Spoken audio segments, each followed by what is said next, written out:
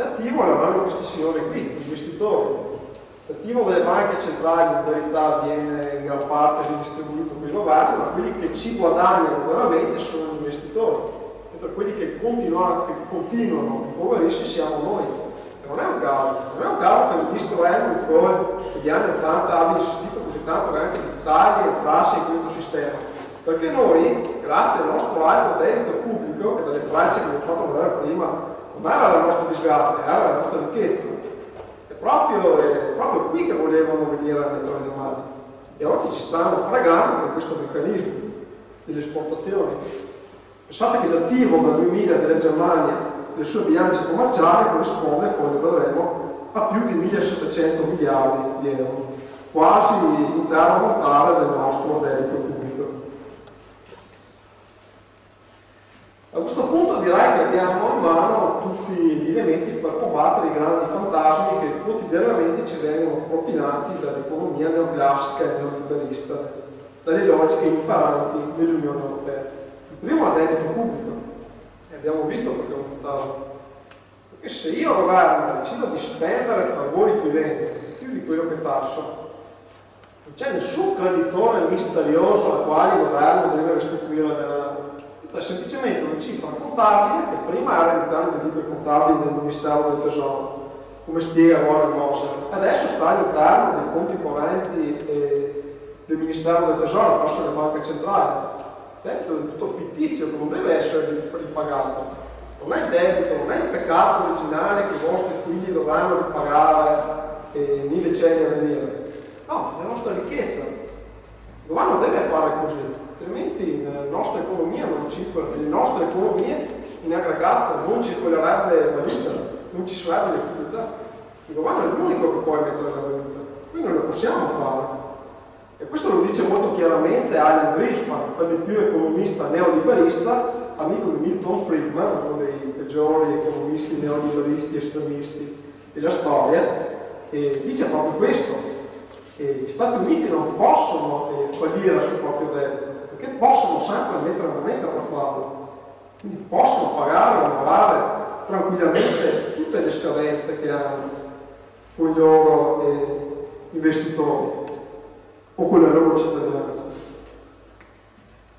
Il debito pubblico non è il debito dei cittadini, bensì l'attivo. Lo vediamo bene da questi grafici che sono tratti dal Fondo Monetario Internazionale. Vedete bene, questo è il caso dell'Italia, proprio come al centesimo il deficit del governo corrisponde sempre al surplus del settore non governativo, quindi noi cittadini e aziende. Matematicamente è così, per forza. Lo vediamo nel caso degli Stati Uniti. Il deficit del governo coincide matematicamente sempre con il surplus del settore non governativo.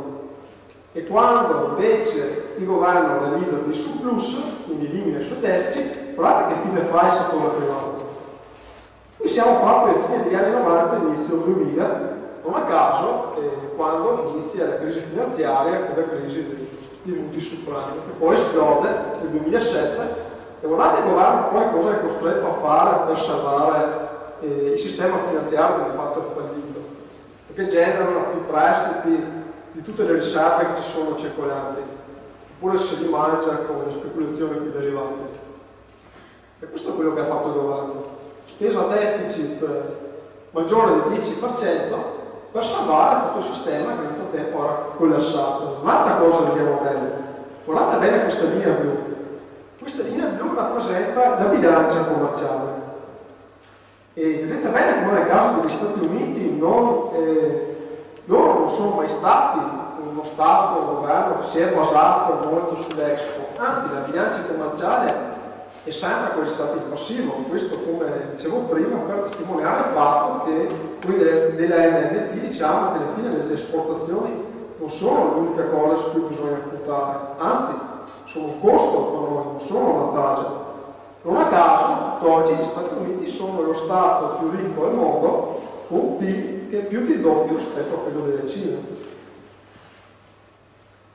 Guardate bene il caso della Spagna, qua abbiamo un deficit del governo che non è un deficit, anzi un pareggio di bilancio, che poi va addirittura in surplus bilancia commerciale pessima, questo vuol dire che la Spagna si debita con il resto del mondo, con le importazioni, e guardate la fine che ha fatto il settore non governativo, ha eroso sempre di più i suoi risparmi, è andato sempre più in rosso, intanto che non è scoppiata la bolla nel 2007. Voi sapete che al momento la Spagna è un paese commissariato dalle troiche, proposta dal Fondo Monetario Internazionale, Banca Centrale Europea e Commissione Europea. Questo è molto importante. Io veramente potrebbe sembrare incredibile, ma dobbiamo capire bene cosa veramente sono le tasse, cosa veramente servono le tasse in uno Stato normale, padrone delle sue valute. E guardiamo bene questo schema.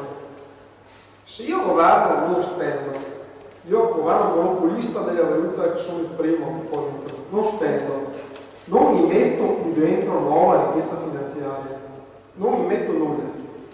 Come posso? Io sono un monopolista, io emetto i biglietti di visita dello stadio. Come posso venire da voi a chiedere i biglietti se per primo io non ve li ho dati? Non è possibile. Non è vero che le tasse servono allo Stato per procurarsi i fondi per poi spendere. No, prima lo Stato spende e solo dopo può raccogliere i soldi, solo dopo può raccogliere la valuta. Questa è la funzione dello Stato. Così funziona.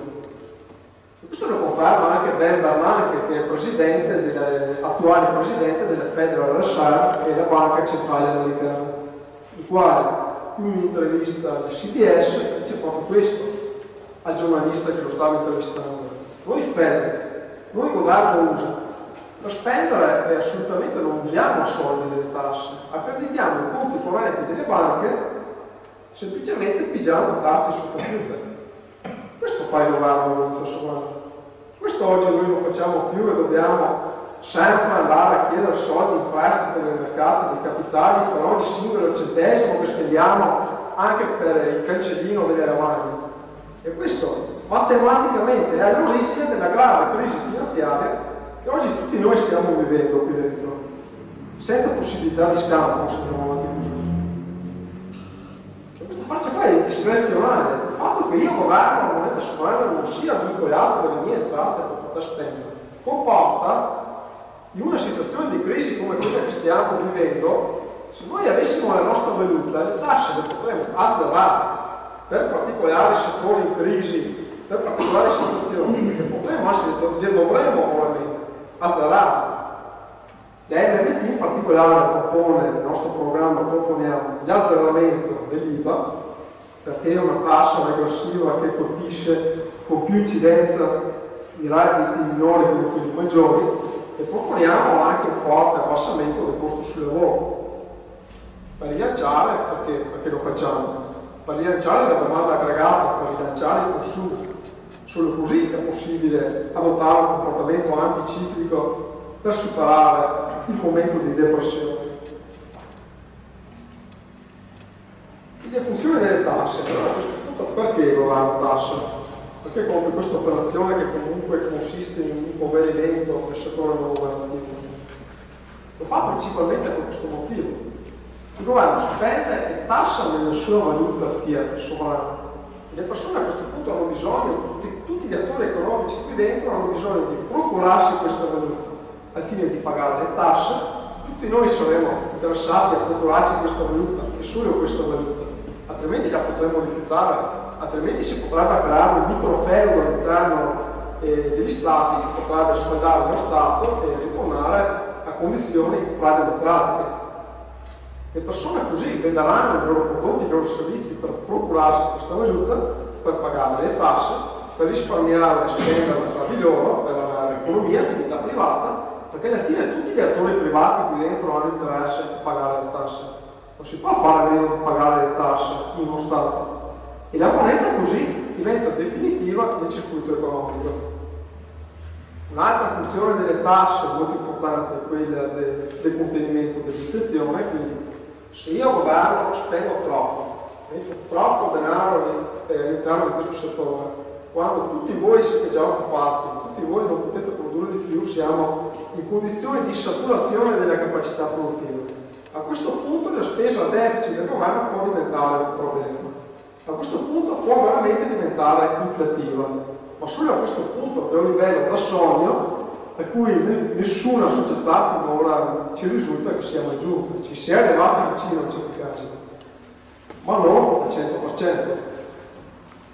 L'altra funzione è quella di evitare che si formino forti oligopoli all'interno degli stati che possono materialmente scalzare, spodestare lo Stato. E un'altra funzione è quella di disincentivare i comportamenti che non sono virtuosi e incentivare quelli che sono virtuosi. Pensiamo al fumo, ai comportamenti ambientalmente sostenibili o meno, siamo tutte queste cose. Questa è la reale funzione delle tasse, no? Procurarsi i soldi da poter spendere, perché io governo non potrò mai raccogliere di più di quello che ho speso. Quello che io raccolgo lo faccio che abbassare il numero che ho all'interno del mio computer, abbassare il deficit, ma tutti gli stati sono in debito, non ci risulta che nessun stato al mondo sia in credito. Un altro fantasma con cui l'economia neoclassica, nel nostro caso l'Unione Europea, continuamente ci tiene sotto minaccia, è quello dell'inflazione. Ossia, l'equazione in questo caso è questa: tu Stato, ne suppone che sia vero che producendo moneta e spendendola per il tuo settore non governativo più di quella che trae quelle tasse poi riempire le tue popolazioni. Ammesso che questo sia vero, però poi si genera l'inflazione. Perché a fronte, se io ho una produzione di 100 qui dentro, metto 200, i prezzi si alzano, perché i prodotti, i beni e i servizi sono quelli, quindi se io metto troppa liquidità, non si fa altro che innalzare i prezzi di beni e servizi che ti arrogano tutta la ricchezza apparente che ho creato per te quando ho speso. Questa è una completa idiozia, soprattutto anche per il consenso comune, se ci pensiamo, perché la massima produzione industriale di beni e la massima produzione industriale di servizi sarà possibile solo nel momento in cui io sono arrivato in condizioni di massima occupazione, di massimo impiego di fattori produttivi all'interno del nostro settore. Oggi, con una disoccupazione del 12-13%, quella reale è anche molto maggiore perché non conta gli occupati, che sono 6 milioni. Con una disoccupazione giovanile che addirittura è sopra il 40%. Quindi andiamo a preoccuparci di contenere l'inflazione e poi siamo veramente sicuri che l'inflazione sia sempre un problema, che eroda veramente il nostro potere di acquisto, ma poi lo vedremo.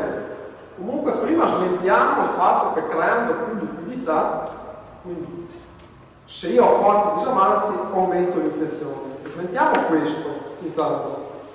Guardiamo il debito pubblico del Giappone, che adesso si appresta anche a essere sopra il 240% del PIB. Questo significa un'offerta di moneta da parte dello Stato elevatissima, a fronte di un'inflazione che, pensate voi, è inferiore al 2%, quindi minore di noi paesi deflazionati dell'Eurozona. L'Italia, in conseguenza dell'evento giustamente citato da Pannecchia prima, l'evento nefasto che si chiama divorzio tra il Ministero del Tesoro e la Banca d'Italia, perse il potere, la sovranità sui tassi di interesse dei suoi titoli. Questo fece sì che il debito pubblico schizzasse le stelle, infatti lo doppiò nel giro di poco più di 10 anni. Guardate l'inflazione cosa ha fatto. Passò dal 22% al 6%. Per scala Monte, che era quel meccanismo che allora era in vigore, che aumentava i nostri salari per non malore il nostro potere d'acquisto, assolutamente non aumentò l'inflazione, perché fu abolito negli anni 90. L'inflazione però è contrario di quello che volevano farci credere Ciampi e Beniamino Andreatti, i primi artefici del disastro in cui oggi ci troviamo.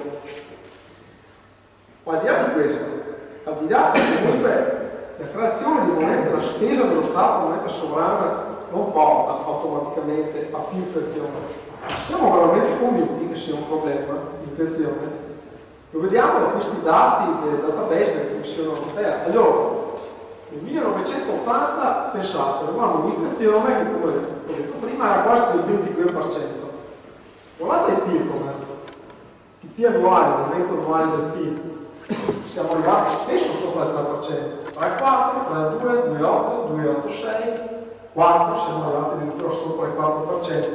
Questi livelli di PIL, oggi che abbiamo un'inflazione bassa, ci rispondiamo che pensate che dopo l'adozione dell'euro, una sola volta l'Italia è arrivata ad avere un più 2% di PIL annuo, in un anno solo. La disoccupazione, al contrario di quello che diceva Beniamino Andreatta, Carlo Roselli Ciano, che dicevano che bisognava togliere la ricchezza da voi per contrarre l'inflazione, solo così sareste stati tutti più ricchi e avreste avuto tutti più lavoro, più benessere. Guardate la disoccupazione come è andata, al contrario di quello che volevano farci perdere loro. Loro dicevano che si sarebbe abbassata, anzi hanno fatto di morsa proprio per abbassare la disoccupazione, e questo è quello che è successo. 7,1, 8, 9,7, negli anni 90 addirittura arrivò a 2 cifre. A fronte di un'inflazione che era del 22% nel 1980, andiamo a vedere questo dato, veramente fa paura, in senso positivo questa volta. Questo è il risparmio medio delle famiglie sul reddito annuale. Quindi in media le famiglie nel 1980, nonostante un'inflazione che era del 22%, risparmiavano sul loro reddito annuale il 25%. In assoluto la cifra maggiore rispetto a tutte le economie più avanzate al mondo.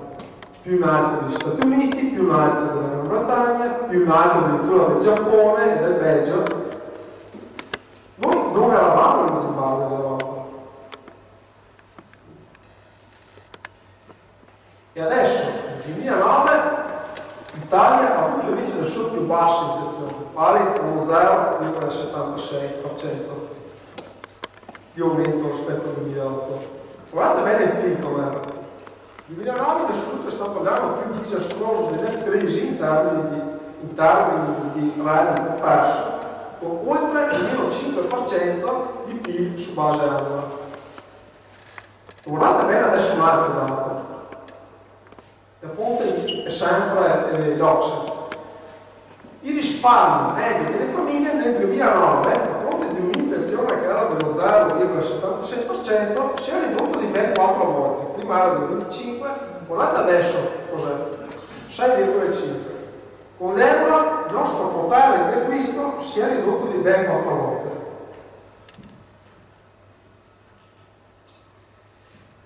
Questa l'ho inserita proprio per l'Italia perché uno dei discorsi che vanno maggiormente in voga è quello della svalutazione, del disastro della svalutazione che avremo qualora riuscissimo a ritornare veramente un po' quel sovrano.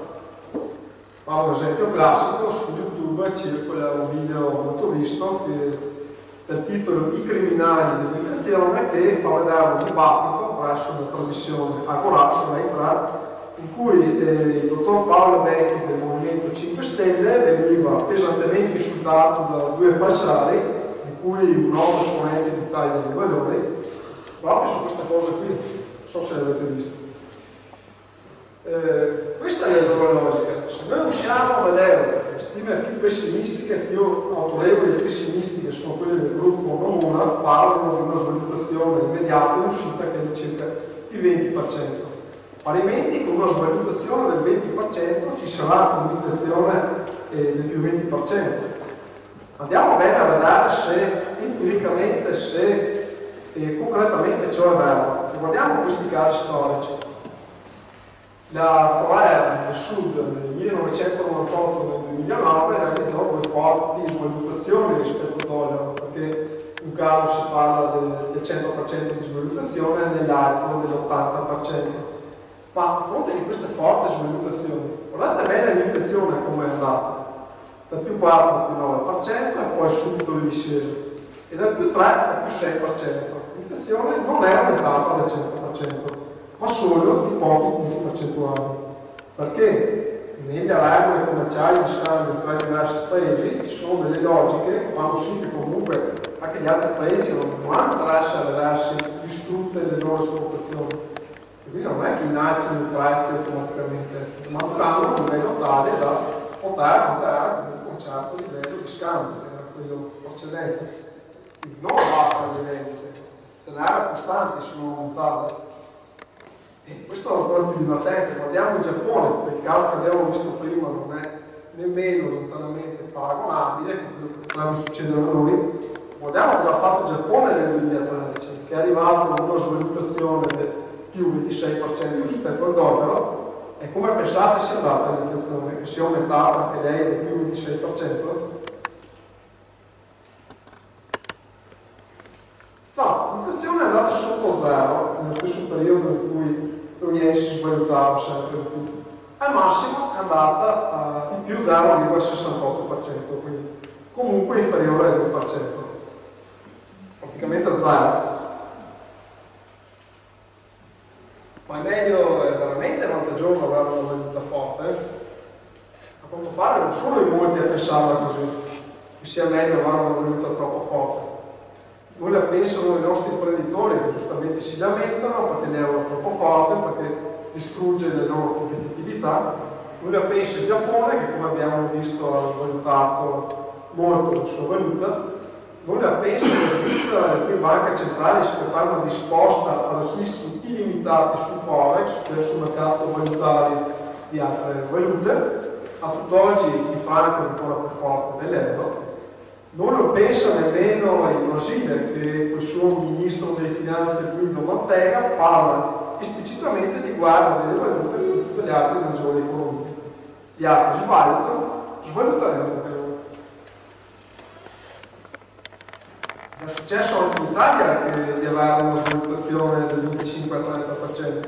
Successe quando noi uscimmo dallo SBE, un altro meccanismo nefasto imposto dalla Germania, con la quale la lira era legata a un paniere che comprendeva tutte le altre valute europee e non poteva oscillare per un valore superiore al 6%. Quindi monetariamente eravamo ancora sovrani, però avevamo già forti limiti. Dopo il 1992 noi uscimmo da questo sistema che ci aveva creato di forti problemi, perché quell'anno fu nato anche una forte... ci fu una forte, come si dice, George Soros, il finanziere, praticamente inondò il mercato di sterline e di lire, e fece sì che noi non ce la facemmo più a mantenere quel cambio fisso e fummo costretti ad uscire da questo meccanismo. Una forte speculazione, scusate, non mi veniva il termine. Poi uscimmo dallo SME e avevamo una svalutazione della lira del 25 al 30%. E Monti, che a quel tempo diceva che l'inflazione sarebbe aumentata del 25%, vediamo se ha intimato veramente cosa sarebbe successo.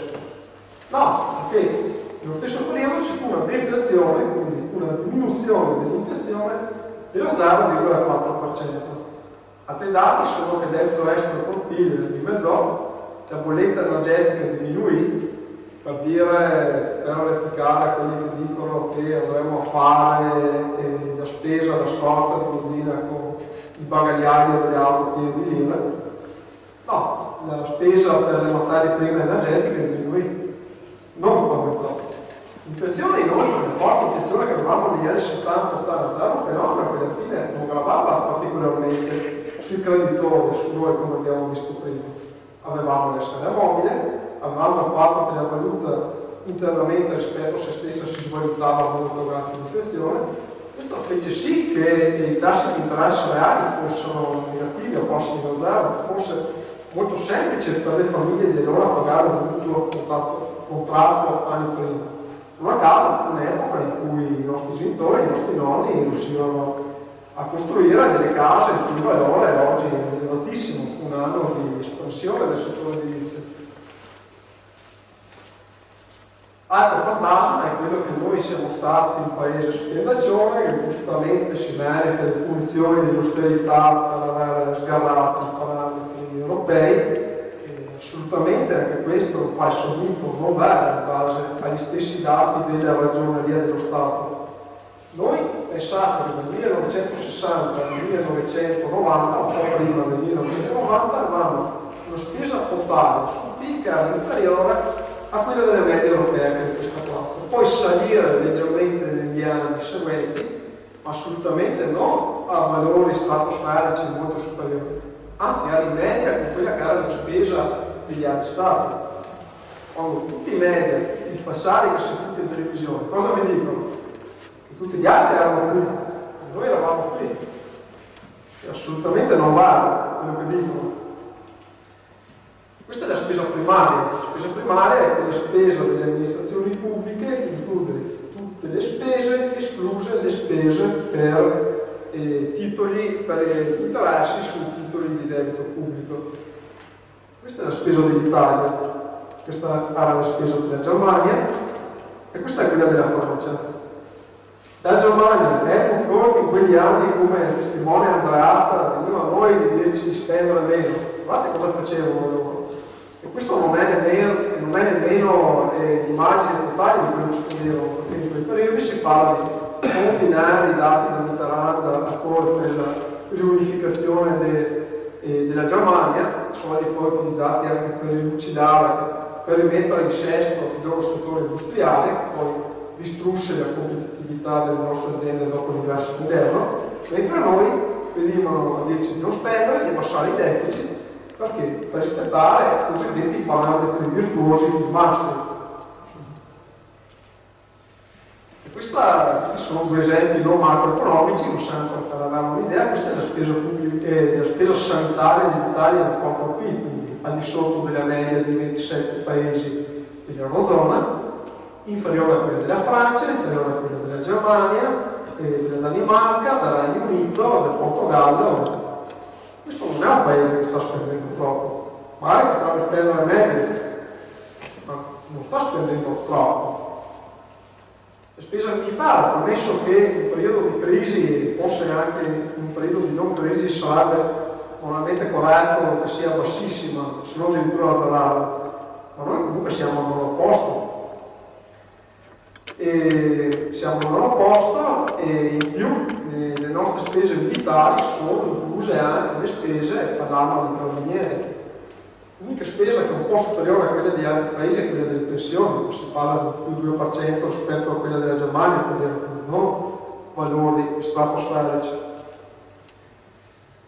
Siamo veramente un paese che non ha i conti a posto. Vediamo bene questo grafico. Questo grafico, tratto dalla Banca d'Italia, mostra l'andamento dell'avanzo primario. Cos'è l'avanzo primario?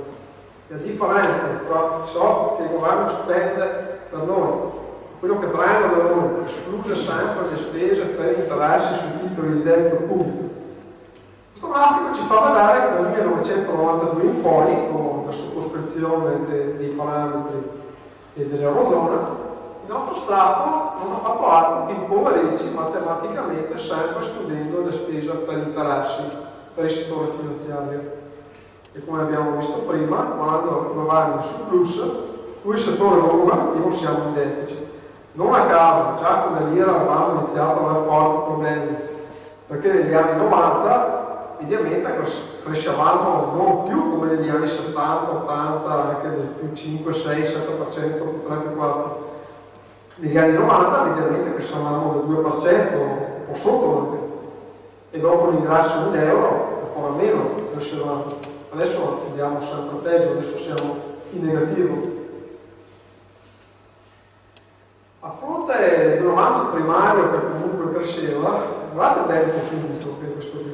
Il debito pubblico non diminuì, anzi aumentò. Questo cosa significa? Che il governo, se consideriamo la spesa totale, in realtà sta ancora spendendo a deficit, ma unicamente per il bene, per arricchire il settore finanziario, non l'economia reale. Anche questo grafico è molto significativo perché fa vedere la tassazione in rapporto ai due tipi di spesa, quindi primaria, esclusi i titoli di Stato, e totale, inclusi i interessi sui titoli di Stato. Quando l'Italia andava bene, quando avevamo forti crescite, bassa disoccupazione, guardate cosa faceva l'Italia? Sono le tasse. Le tasse sono state sempre molto inferiori alle spese pubbliche. Con gli anni dell'avanzo primario, le tasse oltrepassarono la spesa primaria e da lì in poi iniziarono di fatto tutti i nostri problemi, il nostro declino di potere d'acquisto, il nostro declino di PIL e la disoccupazione è sempre maggiore. Si sente sovente dire dai tromboni, che questi sono quello che sono dei tromboni della televisione, che se noi riusciamo a recuperare tutti gli sprechi, tutte le spese della politica che ci costano molto di soldi, risolleveremo l'economia. Per carità, chiaro che la spesa comunque deve essere virtuosa, chiaro che non si deve sprecare il denaro, ma guardate bene cosa incide veramente la spesa di tutti gli organi della politica. La fonte è sempre la ragioneria dello Stato. Tutte queste spese, quindi includendo proprio tutte le spese della politica, quindi Parlamento, Senato, Regioni, Province, tutti gli enti locali, in tutto ammontano a nemmeno 6 miliardi di euro all'anno. Quando solo il meccanismo di stabilità europeo e il MES nel 2012 ci è costato quasi lo stesso ammontare. Non contiamo il Fiscal Compact, che è quel famigerato trattato che abbiamo sottoscritto nel 2012, in base al quale dovremmo abbassare il nostro debito pubblico sul PIL dal 130 al 60%, e questo cosa comporterà? Attualmente il nostro debito pubblico è di 2.068 miliardi di euro. Questo vorrà dire che noi dovremmo far sparire dalla collettività più di 1.000 miliardi di euro in 20 anni. Questa si chiama guerra. E oggi non ce lo dicono, ci dicono che l'Unione Europea porta la pace, che se noi togliamo i nostri diritti siamo tutti brutti, cattivi, ci faranno una guerra come prima. Ma questa cos'altro è se non è una guerra che ha assunto una nuova veste? Adesso la guerra non si combatte più con le armi, si combatte con lo spread, si combatte con gli strumenti della finanza. Con questi sistemi in cui i cittadini non si rendono conto.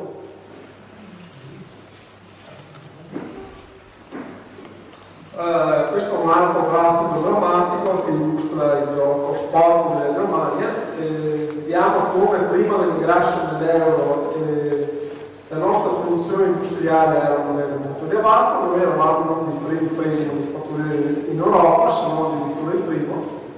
E questo è quello che successe dopo l'ingresso dell'euro. Prima eravamo qui, poi siamo diminuiti fino a qui, e questa è la Germania parte da qui, aumenta sempre di più la sua produzione e tutte le altre maggiori economie dell'Eurozona vanno a piccolo, le abbassano. La Germania si alza, gli altri stati abbassano la produzione industriale. La competitività è la stessa identica cosa. Questa è la competitività dell'Italia che dopo l'euro è sempre peggiorata, causa del fatto che non potevamo più svalutare la nostra valuta. Questa è la competitività della Germania che è sempre migliorata, in questo caso un valore inferiore significa più competitività. Questo è quello che è successo. Questi sono tutti i dati della Banca d'Italia. Dice bene anche l'economista MMT, Jan Krager, nel 1998 aveva già capito qual era il gioco della Germania. Dice: la Germania sembra aver adottato una politica di controllo della crescita dei salari. La Germania sta di fatto abbassando i salari a un livello che è maggiore di quello che stanno facendo gli altri paesi europei. E questo cosa farà sì che succeda? Questo farà sì che in una situazione in cui nessun paese potrà più svalutare la sua valuta, si dovrà, gioco di forza, giocare sulla svalutazione dei salari, perché non c'è altra strada. Ci saranno pressioni deflazionistiche molto forti sulle retribuzioni che chiuderà l'Europa intera in un blocco dal quale non si potrà riprendere. Quindi un ammazzamento, proprio un azzeramento, un forte danneggiamento della domanda interna, che è la causa della situazione drammatica in cui tutti noi oggi ci troviamo. E lo vediamo bene anche in questi grafici che sono stati portati dall'economista Stefan Ketton nel meeting di febbraio del 2012 a Rimini, che fanno vedere l'andamento delle partite correnti, ossia di bilanci tra export e import. Questa era l'Italia nel 1996, in piena fase pre-euro. L'Italia aveva una bilancia commerciale attiva, era molto competitiva, era un paese industrialmente molto forte, molto competitivo. Guardate bene che c'era in passivo. Questa era la Germania. Adesso vediamo bene la situazione nel 2011, quindi a 10 anni dall'adozione della moneta unica.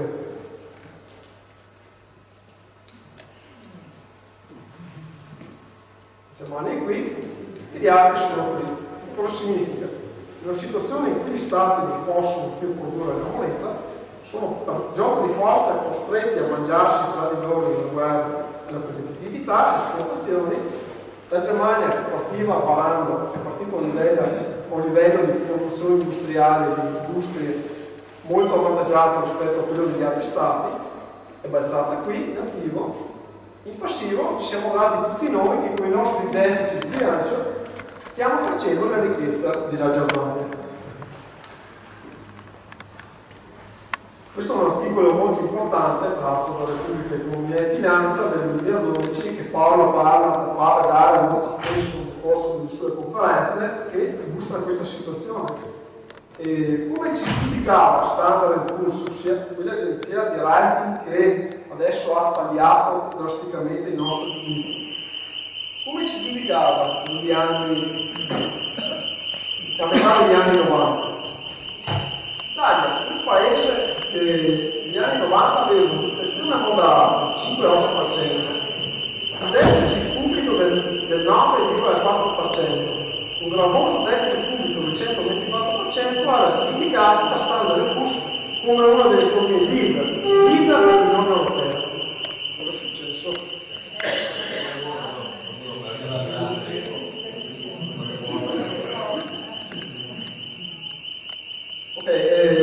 Adesso cosa è successo? Abbiamo dei parametri più virtuosi, che abbiamo un'inflazione del 1,2% contro il 5,8% che avevamo allora.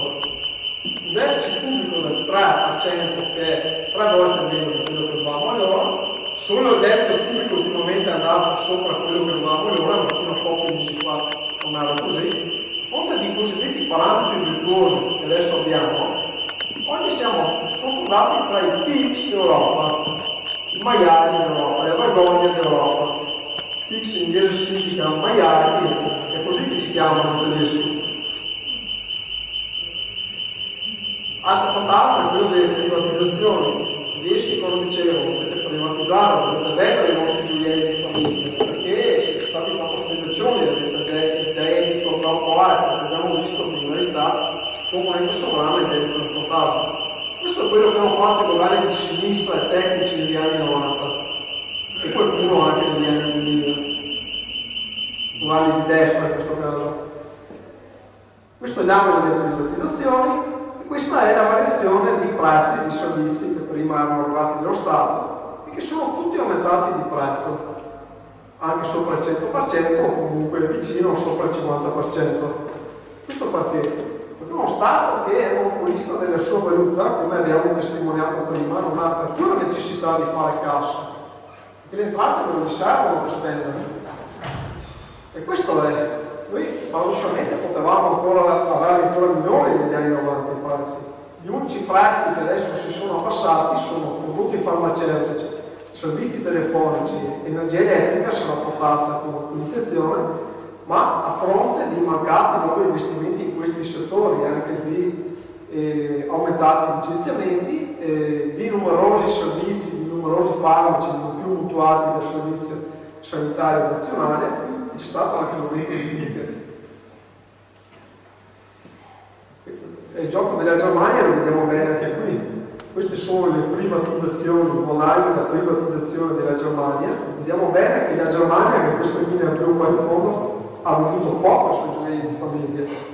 Li hanno venduti molto di più tutti gli altri paesi europei, compreso l'Italia, che si sono impoveriti e che hanno venduto le loro maggiori industrie strategiche e anche il loro sistema finanziario alla Germania.